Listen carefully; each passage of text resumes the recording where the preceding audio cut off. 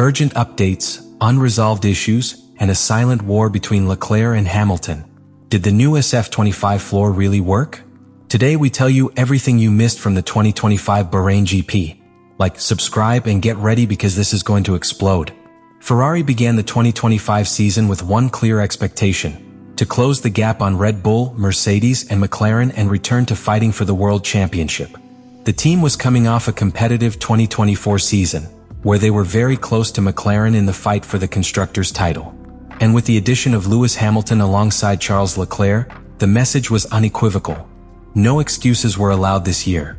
In pre-season, Ferrari had shown glimpses of potential. The SF25 was presented as a more aggressive car in its aerodynamic design, with an architecture that promised improved stability and greater rear downforce, two of the weak points of the previous year.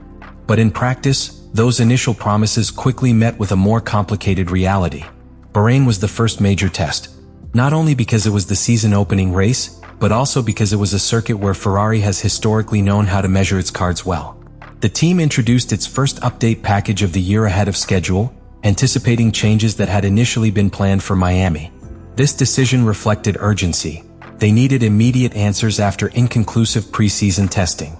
The results in Bahrain were mixed. Although both Leclerc and Hamilton scored important points, with 4th and 5th places respectively, the car proved not yet at the level of its main rivals. Oscar Piastri in the McLaren dominated authoritatively. George Russell and Lando Norris also took the lead, leaving Ferrari in an awkward position, far from the podium and in no man's land. The race time gap was significant. Leclerc crossed the finish line almost 20 seconds behind the winner. That, in Formula One, isn't a simple gap, it's a warning.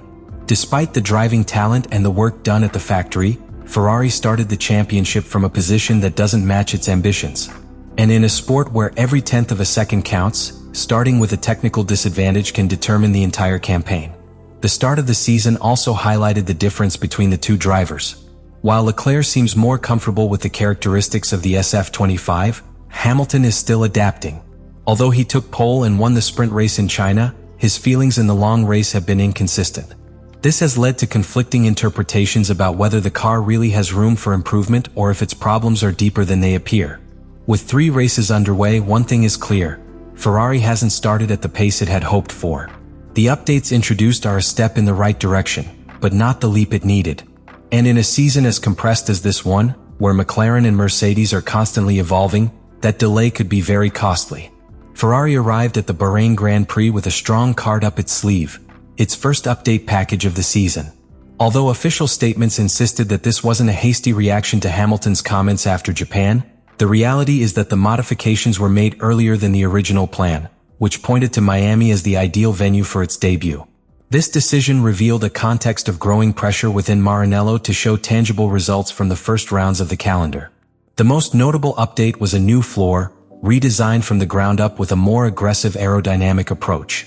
This element is one of the most complex and decisive in modern Formula One, as it regulates most of the downforce produced by the car.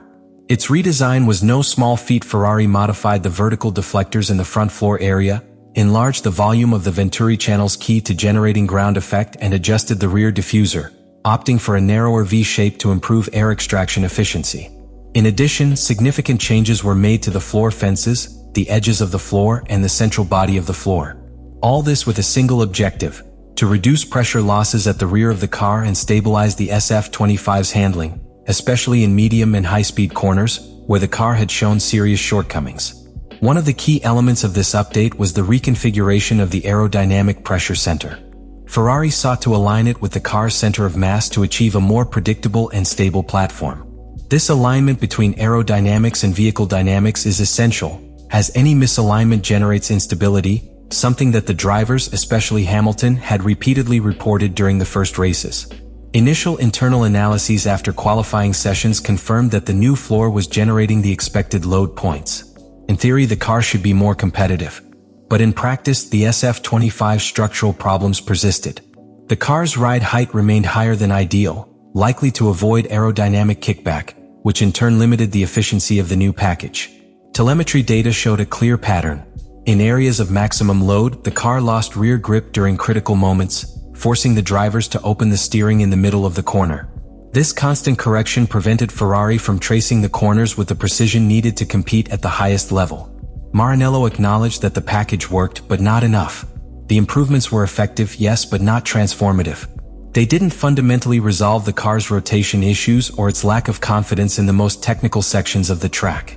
And in Formula One, a partial improvement isn't enough when rivals are evolving at the same time. This update, although valuable in terms of development, made it clear that Ferrari has not yet found the ideal balance between aerodynamic power, handling, and adaptability to different driving styles. The car needs more than a good surface to be a championship contender. Sunday in Bahrain represented much more for Ferrari than just an inaugural race.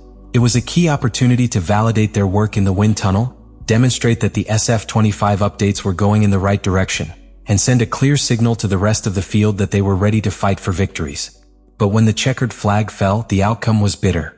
Charles Leclerc finished 4th and Lewis Hamilton 5th. Neither was on the podium, neither was in a position to truly threaten victory. Oscar Piastri took the victory with authority for McLaren, followed by George Russell in the Mercedes and Lando Norris, also completing the podium for the Woking team. This result not only demonstrated the strength of McLaren and Mercedes, but also highlighted the real gap that still separates Ferrari from the leading group. Leclerc crossed the finish line more than 19 seconds behind Piastri. Hamilton, meanwhile, finished almost 28 seconds behind the winner. In modern Formula One terms, this gap isn't anecdotal, it's a given.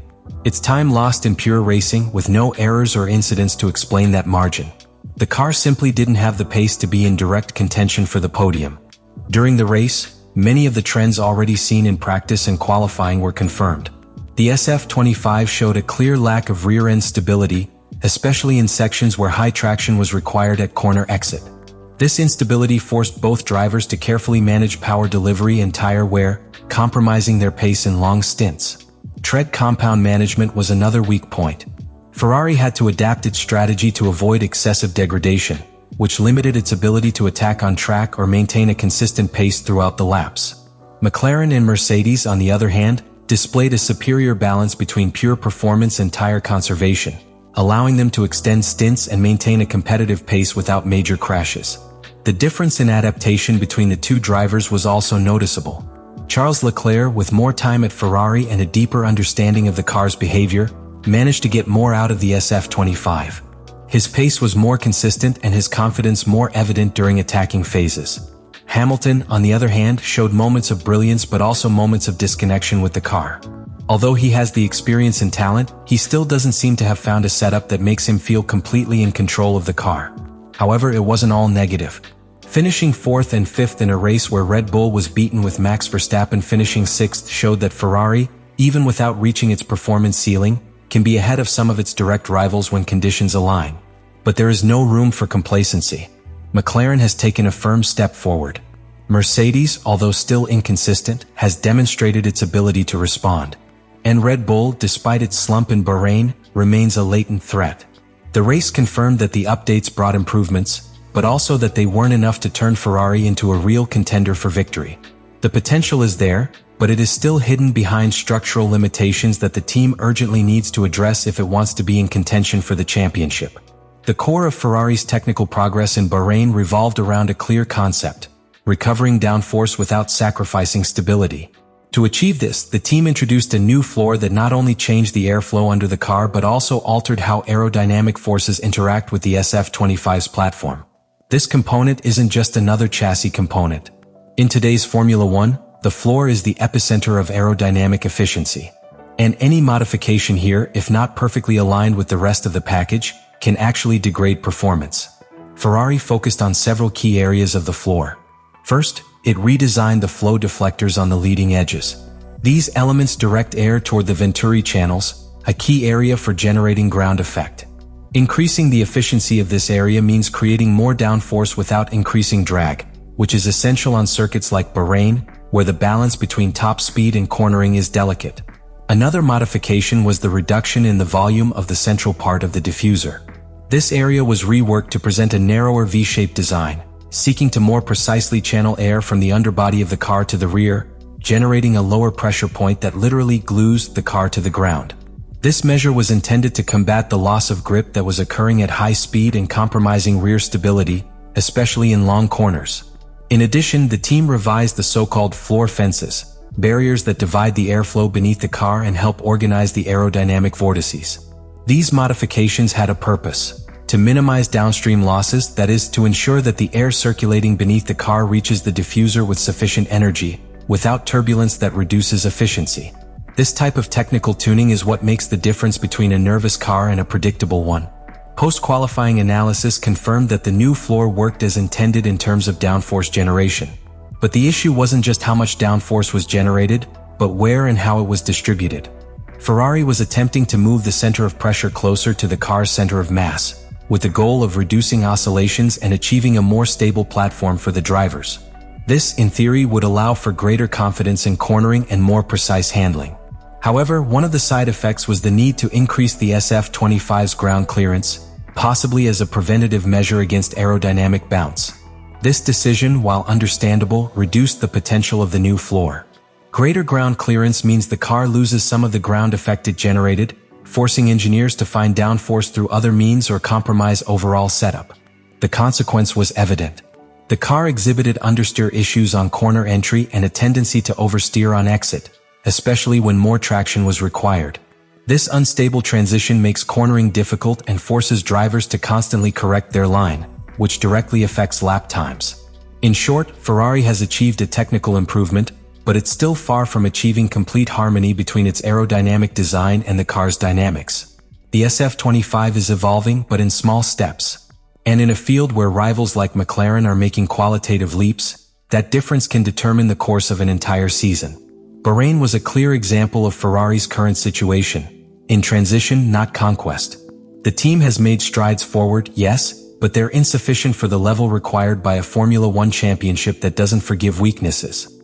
Fourth and fifth positions reflect effort, they reflect evolution, but they also expose the limitations that the SF25 has yet to overcome. The updates work, but they don't solve the problem. The talent is there, but it remains tied to a car that hasn't quite made the qualitative leap it needs. Charles Leclerc once again demonstrated that he can squeeze the most out of a car that isn't always up to par, while Lewis Hamilton continues to adapt to a machine that still doesn't seem to speak his driving language. The difference between the two isn't a skill gap, it's a matter of technical understanding and confidence in the car.